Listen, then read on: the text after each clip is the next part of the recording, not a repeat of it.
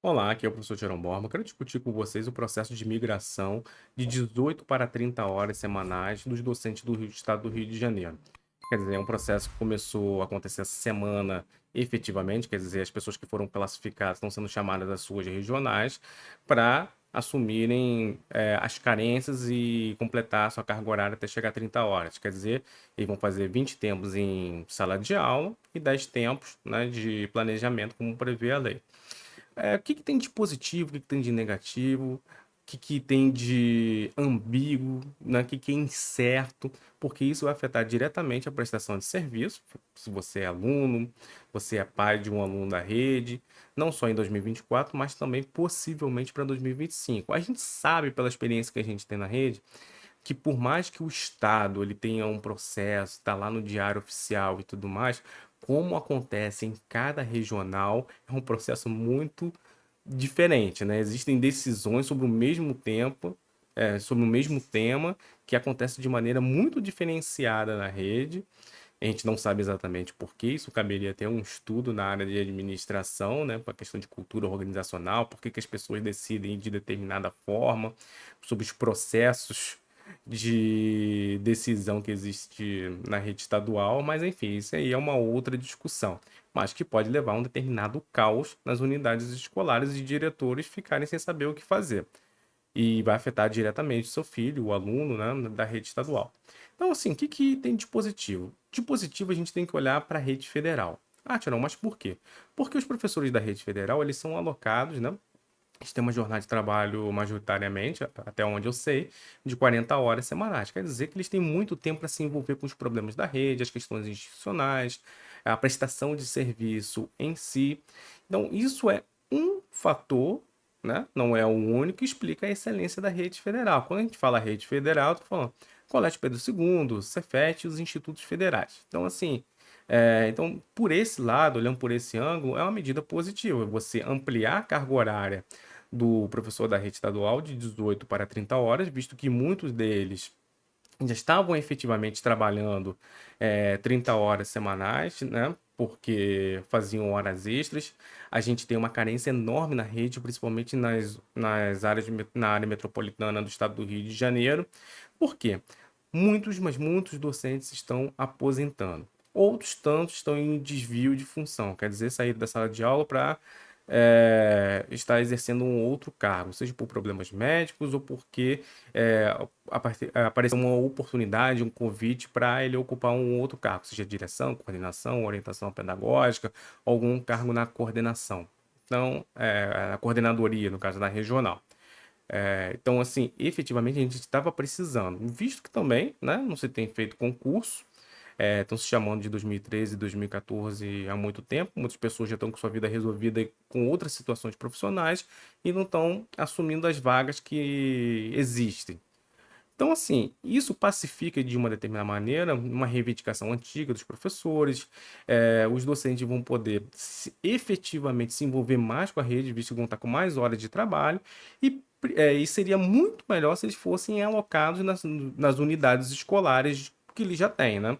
Infelizmente, nem todos os casos vão ser contemplados dessa maneira, eles vão ter que completar sua carga horária em outras unidades escolares, fato que já é previsto lá no edital do processo seletivo, né, para migração para 30 horas. Então, isso é o aspecto positivo. Agora, o aspecto negativo, ou o que não está muito claro para 2025, né, é a questão do novo ensino médio, né, ou o novíssimo ensino médio, o neo-ensino médio. O que que eu quero falar para vocês? A gente tem lá em 2017 a implementação do novo ensino médio. Aqui no estado do Rio de Janeiro começou a funcionar em 2022 e a gente vai ter o fim desse primeiro ciclo em 2024. Lá em 2017, os docentes do Brasil todo já falavam que não daria certo, né? Que foi basicamente uma lei imposta, né? A Lei 13.415, que estabeleceu uma reformulação ampla do ensino médio e os professores falavam: olha, você ampliar tantos componentes curriculares com itinerário, né, aquela propaganda da liberdade de escolha do aluno, que na verdade não era uma liberdade de nada, ou era uma coisa que a escola só iria oferecer de acordo com seus recursos, né, os itinerários formativos. Isso acontecia sem uma qualificação prévia dos professores, criaram um monte de disciplinas ou componentes curriculares, eu vou chamar de disciplina porque eu acho mais apropriado. demandaria mais recursos, porque demandaria também uma reestruturação das salas, mais salas de aula também, porque os alunos seguiriam caminhos diferentes, teria que ter uma tendência a caminhar para a escola integral, né, por conta de espaço físico também, né, isso é bastante relevante, enfim. Todos os componentes, né, a tempestade perfeita, mostrando que aquilo ali não daria certo. Então, assumiu o governo Lula, e o governo Lula já sofria grandes pressões que houvesse uma reformulação. Algumas pessoas falavam, ah, não, tem que revogar, porque tudo isso daí não serve. Né? Quem trabalha com política pública, realiza política pública, seja de qualquer área, é muito difícil que exista uma revogação.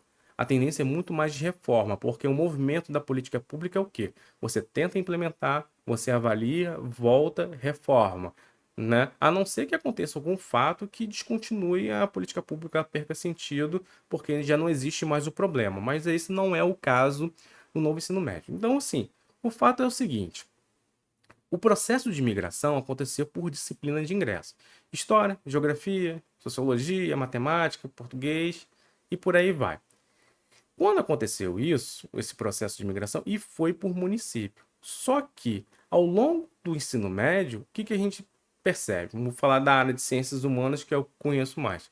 Você tem história e geografia até o segundo ano e sociologia no terceiro ano, certo? E nesse ínter aí dessa carga horária que antigamente tinha os 3 anos para todas as disciplinas, o que acontecia? Você tinha. Você agora tem os itinerários formativos, são essas disciplinas que qualquer pessoa da área de ciências humanas, caso a escola tenha um itinerário voltado para essa área, que contemple com disciplinas, qualquer um desses professores podem estar ali alocados. Então, a gente, na verdade, não sabe qual que é a carência real de geografia, história, sociologia. E no ano que vem, com a reforma do ensino médio, que a gente voltou a uma carga horária muito similar ao que era antigamente, dessas disciplinas, que provavelmente a gente espera que a rede estadual implemente para 2025 essa volta e retire as disciplinas malucas, o que rola por aí, por exemplo, que é uma disciplina que diz nada com nada, é que é aí que a gente vai ter uma real ideia de qual é a carência na rede, porque as disciplinas vão voltar a estarem presentes, provavelmente, nos 3 anos do ensino médio, como era antigamente. E pontualmente a gente vai ter as disciplinas de itinerário com uma formação mais específica, que é o que a gente espera, um aprofundamento na área que o estudante visa, né? Nas áreas de conhecimento que estão previstas lá na Base Nacional Comum Curricular. Então é isso que a gente está pensando.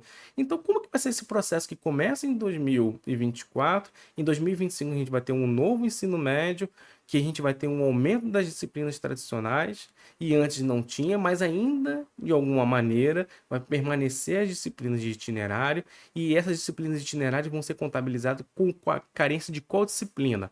Visto que o processo seletivo ele foi realizado a partir da disciplina de ingresso do concurso. Entenderam a complicação que isso dá? Né?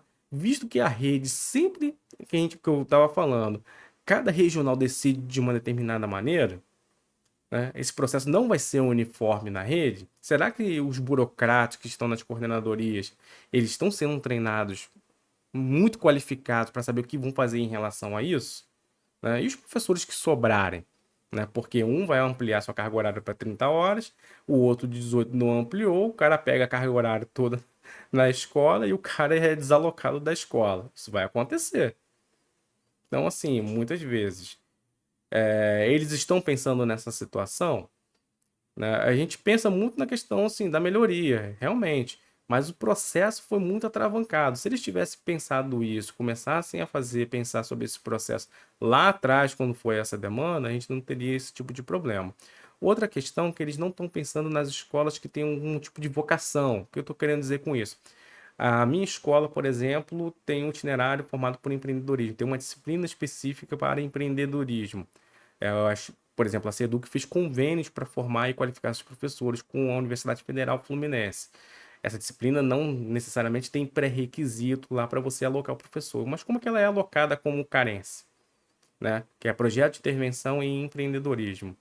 Você não tem nenhuma menção sobre isso. Obviamente, esse caso é análogo a outras escolas vocacionadas. Não sei como é que ficam as cívico-militares, essas outras escolas que têm alguma vocação específica na rede, as ETECs, que têm disciplinas também específicas. Fora que o diretor ele tem que ter pelo menos o bom senso de colocarem nessas disciplinas, alocar a pessoa que teve uma certa qualificação. Isso que a gente pensa, né? Isso aí é a racionalidade. Mas ele sofre também pressões lá na coordenadoria. Ah, o professor faltou carga horária, quer deixar o professor todo na escola. Ah, bota aí nessa disciplina aí. Não tem problema não, né? E isso afeta a prestação de serviço para os alunos. Então, são coisas para a gente pensar, né? Então, pense nessas questões. Comente aqui embaixo, compartilhe o vídeo. Um abraço, até a próxima.